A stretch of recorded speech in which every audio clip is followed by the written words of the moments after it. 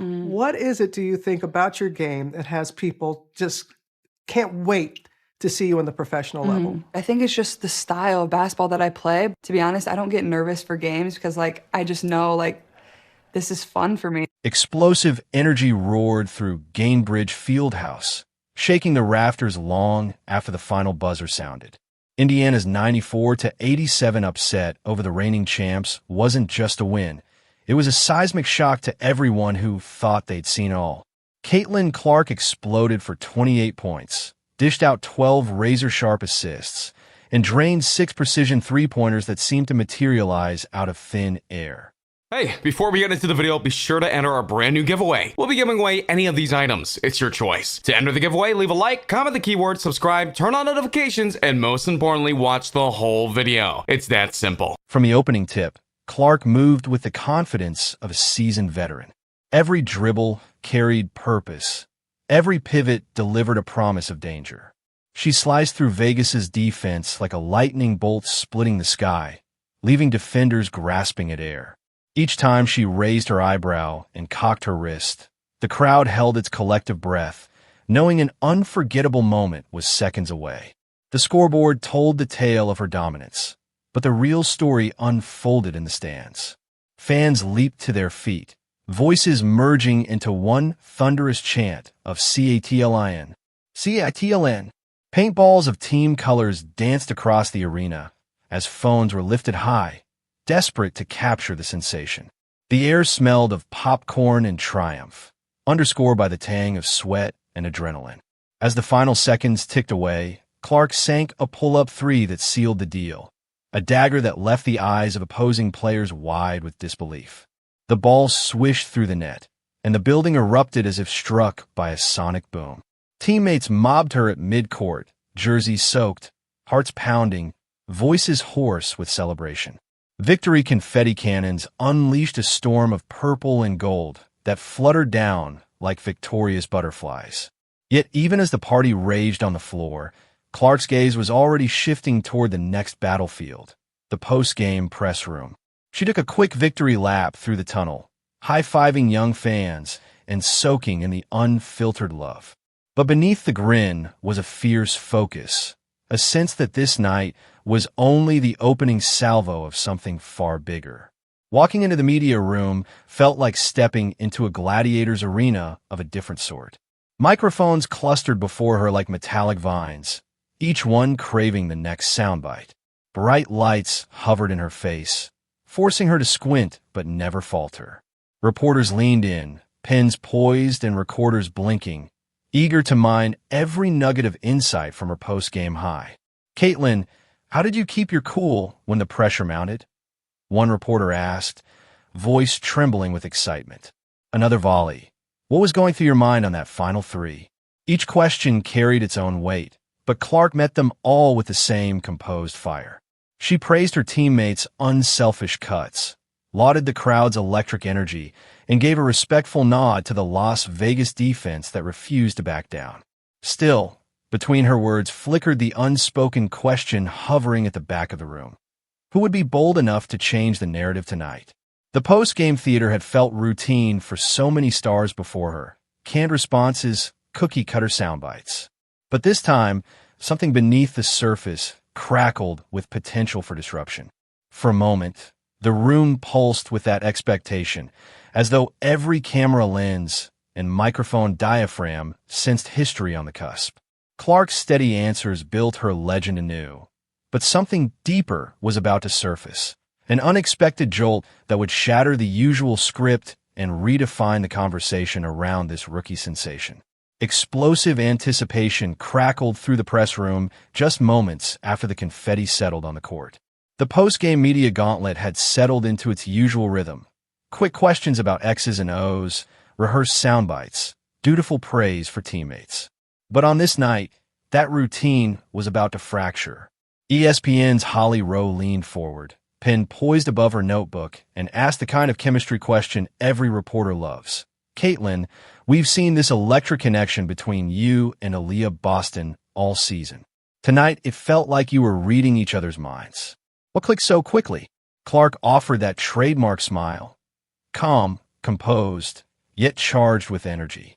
She spoke of late-night film sessions, hard work and practice, the way Boston's relentless cuts opened up passing lanes, and how their personalities just gelled.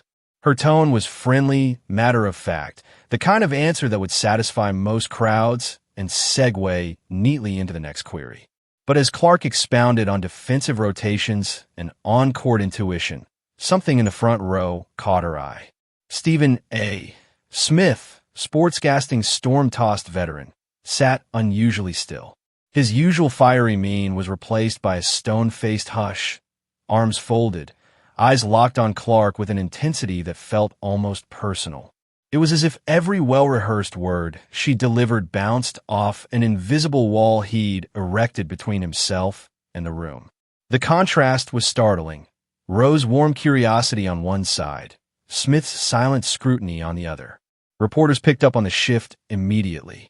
One question hung unfinished on a journalist's lips, another as yet unasked. The buzz in the room dimmed, replaced by the low hum of nerves. You could almost hear the collective intake of breath as Clark's teammates, watching from the back, exchanged puzzled glances. Even the lights overhead seemed to dim in anticipation. Clark paused mid-sentence, realizing the routine Q&A had turned into something far more volatile. She glanced towards Smith, her expression bifurcated with respect and curiosity. In that instant, she made a decision that would shatter the expected script. With poise dripping through every syllable, she said, "Stephen A., you've been quiet back there. Go ahead." The invitation landed like a gauntlet thrown at the foot of a legend. Reporters straightened, recorders clicked into high alert, and cameras swung toward the front row as if pulled by a magnet. The air thickened. You could almost taste the tension. No longer a simple chemistry discussion. The room had morphed into a crucible. Every eye fixated on Smith, waiting for the blow. That single phrase, "Go ahead," was more than an invitation. It was a flipping of the power dynamic. Here stood a rookie phenom, daring a titan of sports media to step out of the shadows. The routine had been exposed as anything but. Beneath the polished surface lay something raw, combustible, and utterly magnetic. For a heartbeat, the room fell so silent you could hear the soft whir of a distant camera. And then, with all the weight of his 30-year career compressed into one moment, Stephen A. Smith rose from his seat, and the real story began. Explosive tension rippled through the room as Stephen A. Smith rose from his seat, shattering the scripted calm with a single, unguarded admission. For 30 years, this veteran of sports media had wielded criticism like a two-edged sword, sharp, unrelenting, and utterly unfiltered. Tonight, though, his steely facade cracked, and what came next would expose a raw vulnerability no one saw coming. "I've built my career on honesty," he began, voice low but charged with gravitas. Cameras swung toward him, microphones creaked forward, and the room went deathly quiet. This wasn't the usual post-game quiz. This was a reckoning. "I don't apologize for holding athletes to high standards. But watching you this season, how you've handled pressure and crushed expectations, made me think hard about my own words." There it was, the bombshell admission. Smith confessed he'd been too harsh, too quick to judge Clark's jump from college royalty to professional phenom. Each syllable landed like a gut punch. Reporters stopped scribbling mid-sentence. Even the veterans on the back row leaned forward, sensing the gravity of an apology far more explosive than any slam dunk highlight. He paused, rubbing his face as if to wipe away remnants of performance. The gesture felt unscripted, human. "I owe you an apology," he said. The shock was electric. Faces in the crowd shifted from anticipation to awe. How often does one of the loudest voices in sports media admit he was wrong? And publicly, no less. Then came a question that would leave Clark momentarily speechless. "How do you keep showing so much grace?" he asked. "Even when people like me have been unfair." The words floated in the thick silence, daring an answer. In that heartbeat, the unspoken betrayal of past critiques was laid bare, and Clark's legendary composure faced its greatest test. Smith didn't stop there. He reached into his jacket and pulled out cold, hard data, the kind of stats he once wielded to justify his harsh takes. You're averaging 19.5 points and 8.4 assists as a rookie. Diana Taurasi had 17 and 4.4. Sue Bird put up 14.4 and 5.9. You've delivered one of the greatest rookie seasons ever, he declared, each number punctuating the depth of his earlier misjudgment. But raw stats weren't the full picture. Smith's tone deepened as he outlined Clark's seismic impact on the league. Attendance surging 48%, TV ratings tripling, jersey sales skyrocketing 200%. Beyond the numbers, he added, you're changing the game for women's basketball. His voice cracked with emotion. A discovery of pride mingled with regret. Throughout, Clark sat at the podium, eyes fixed on him. Her mouth hung open for a fleeting second, then closed as she processed the weight of his words. Hands that normally gestured confidently now rested still on the wood grain. Reporters held their breath. In an arena built for athletic spectacle, they were witnessing something far more profound, an unscripted confession that cut deeper than any on-court rivalry. As Smith finished, a hush lingered, one of those rare, electric silences when you know history has been made. The veteran had torn down his own fortress of critique and invited everyone to see the human beneath. And for Clark, the floor was hers once more, standing at the center of a moment that would be replayed for years to come. Absolute stillness fell over the press room the instant Stephen A. Smith's apology landed. Recorders paused mid-click.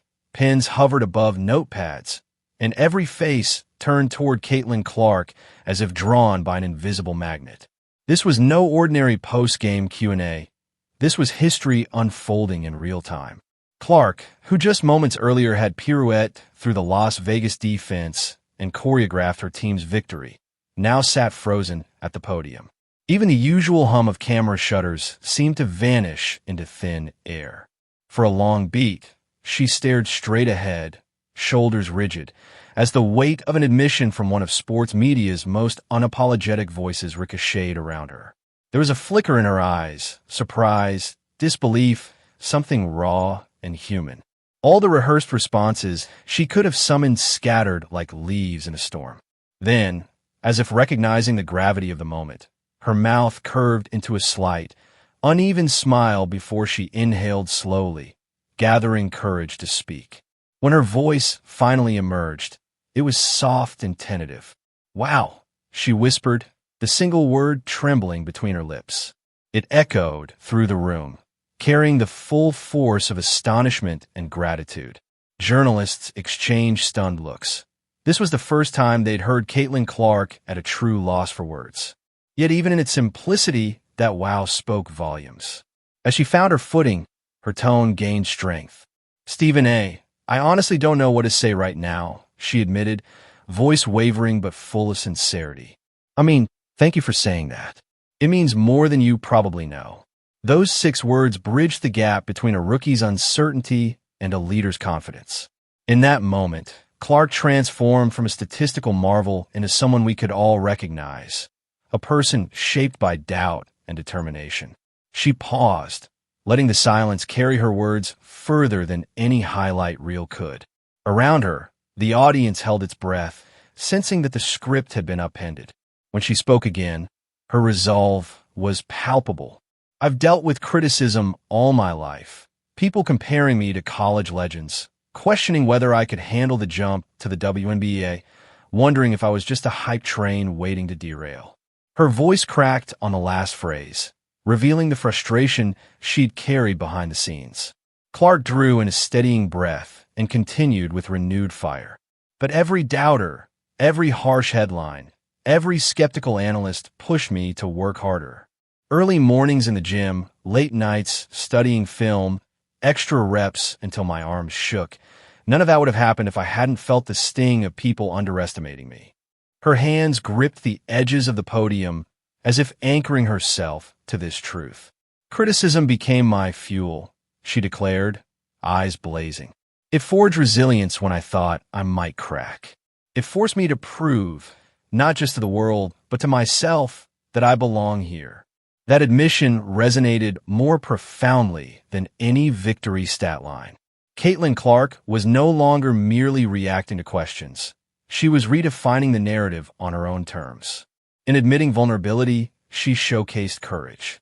In naming her doubts, she illuminated the path she'd taken to overcome them. Reporters leaned forward again, pens scribbling furiously, eager to capture every nuance of her candid reflection.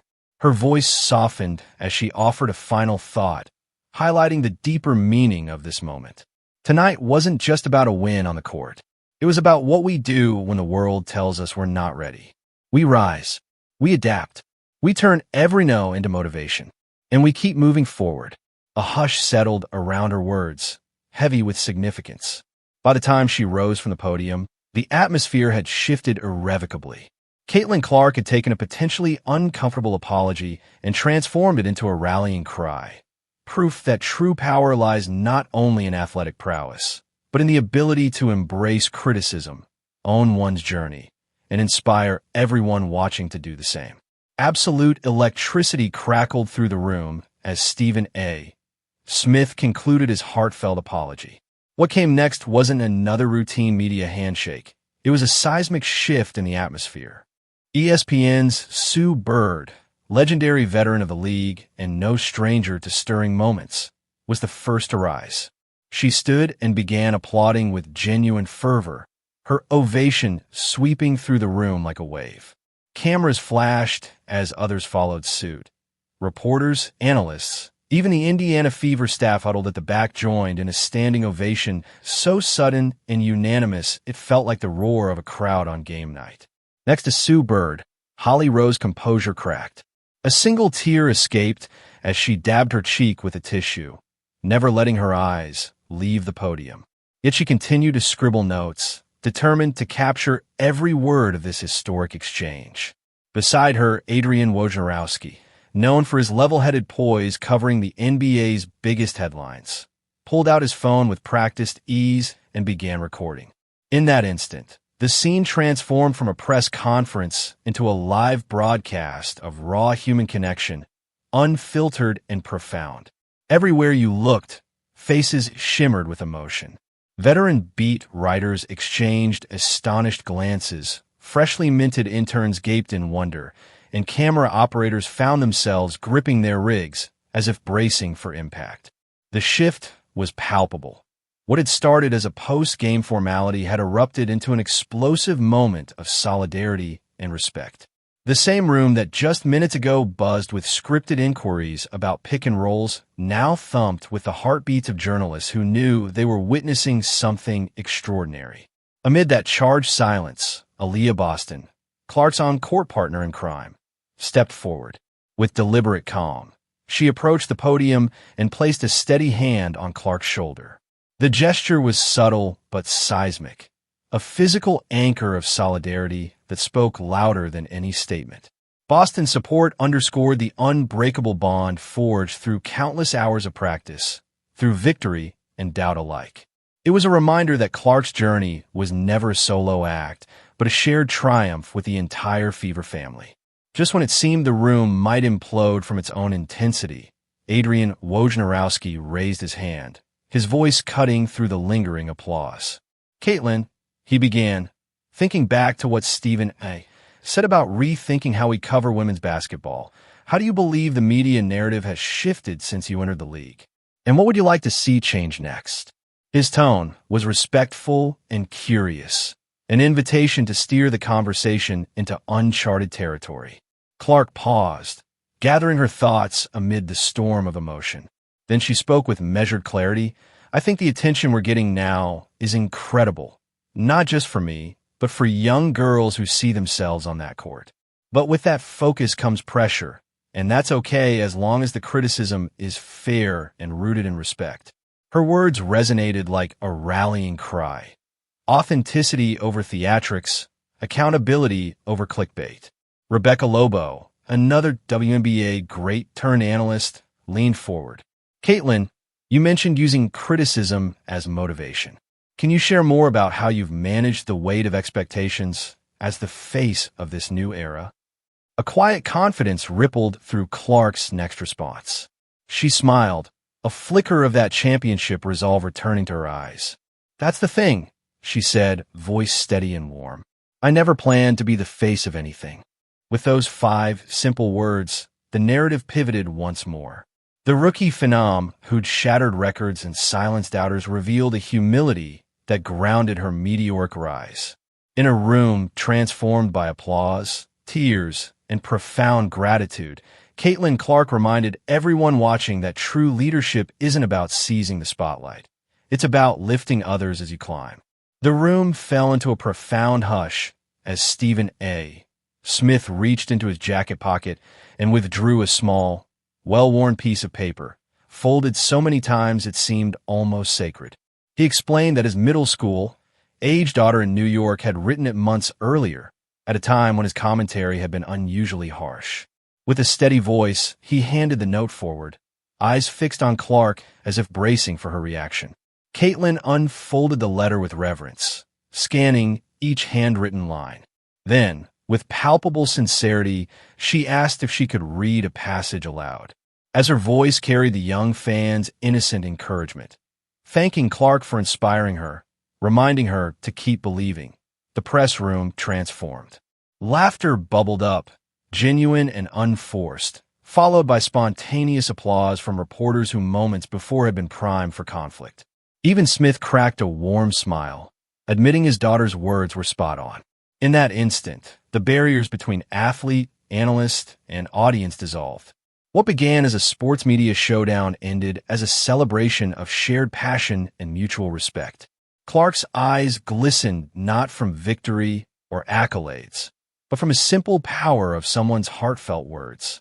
This was more than a letter. It was proof that vulnerability can ignite unity, and that sometimes the most explosive moments come not from a highlight reel, but from an honest, unexpected connection. So here's the question. If a single note can bridge decades of critique and competition, what unexpected kindness might transform your own journey? Share your thoughts below, hit like if this moved you, and subscribe for more eye-opening moments that go beyond the game.